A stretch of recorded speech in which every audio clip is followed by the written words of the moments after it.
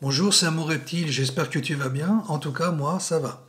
Alors aujourd'hui, je vais te parler d'une tortue que j'ai possédée dans le passé, qui est la Geocolon pardalis, qu'on surnomme tortue léopard. Donc, c'est une tortue terrestre tropicale, dont la robe est constellée de points et de taches noires, comme un léopard, d'où son nom. Donc, c'est un chélonien qu'on trouve un peu partout, tant dans le commerce que par son élevage chez les particuliers. Donc c'est une tortue qui peut mesurer jusqu'à 72 cm pour un poids de 40 kg, donc ce qui est assez conséquent. Donc elle fait partie de la famille des Testudinidae, le genre Geocolon. Donc il existe deux sous-espèces, à savoir la Geocolon pardalis pardalis, qui ne se trouve que sur une aire restreinte dans la province du Cap et dans le sud de la Namibie. Et l'autre sous-espèce est la Geocolon pardalis babkouti, à l'aire de répartition la plus vaste, qui va du sud du continent jusqu'en Éthiopie. Et d'ailleurs, cette sous-espèce est beaucoup vendue également. Alors, la Geocolon pardalis possède une aire de répartition assez vaste et occupe de ce fait des milieux différents, en termes de climat et de saison. Donc ça conduit à de grandes variations morphologiques, mais également à des adaptations écologiques de la part des populations. Alors son biotope se situe en Afrique, donc de l'Éthiopie jusqu'en Afrique du Sud. Donc cette espèce est présente dans divers habitats, à savoir des zones situées en marge des déserts aux régions montagneuses, jusqu'à 2000 mètres, en passant par des savanes au maigre couvert végétal. C'est un animal diurne qui passe les journées chaudes sous la végétation et durant les périodes froides, elle se dissimule dans les tunnels existants ou dans des terriers creusés par des renards ou d'autres animaux. Elle peut aussi se cacher sous une termitière ou sous un amas de rocs. Alors, elle est aussi connue pour savoir bien nager lorsque les habitats sont inondés, notamment à la saison des pluies, et on voit parfois des tortues traverser le lac Kariba. Au niveau alimentation, c'est une tortue essentiellement herbivore. Donc elle mange de la luzerne, des trèfles, pissenlits, laitrons, etc. Bon, elle apprécie aussi toutes sortes de succulentes et de cactées, notamment les raquettes figuiers de Barbarie, qu'on appelle Opuntia ficus indica. Donc, dans son milieu naturel, des observations ont rapporté que l'espèce consomme des os et des déjections d'hyènes. Alors, bien qu'occasionnel, ce type d'aliment a probablement un rôle à jouer dans le processus de calcification du squelette. Bon, elle absète aussi, là de façon occasionnelle, toutes sortes de fruits et de légumes. Donc des concombres, des pommes, des brognons, des melons, du chou, des tomates, etc. Mais à savoir qu'une alimentation trop riche en eau peut entraîner des complications liées à la digestion. Exemple, des diarrhées. Donc c'est pour ça que je dis bien que ça doit être occasionnel. Alors au niveau maintenance, donc c'est une espèce qui atteint une grande taille, donc il faut un appartement de taille conséquente, ou le mieux c'est d'avoir un pavillon.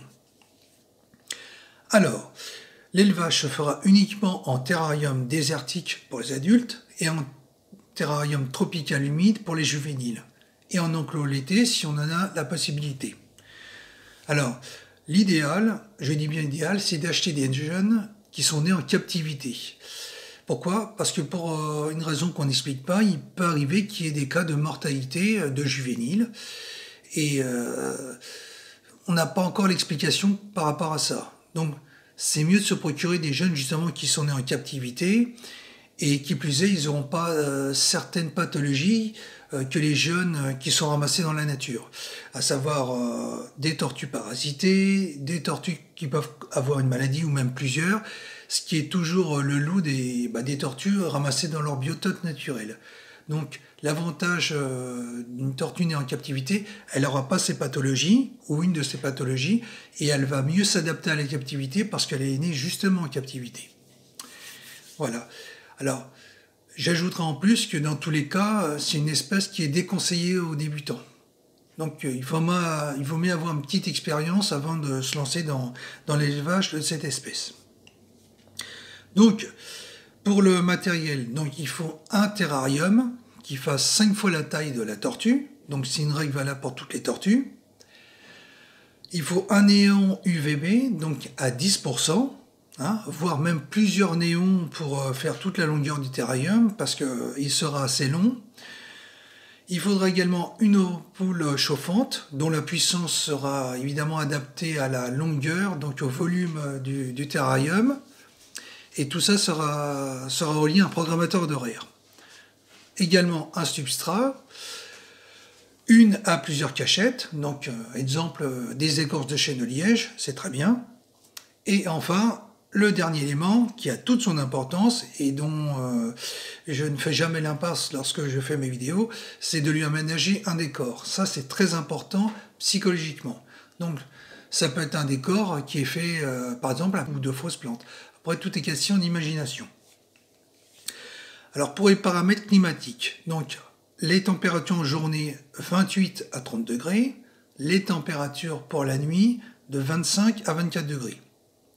L'humidité, elle sera de 40 à 60% pour les adultes, et à l'inverse, elle sera de 70 à 80% pour les juvéniles.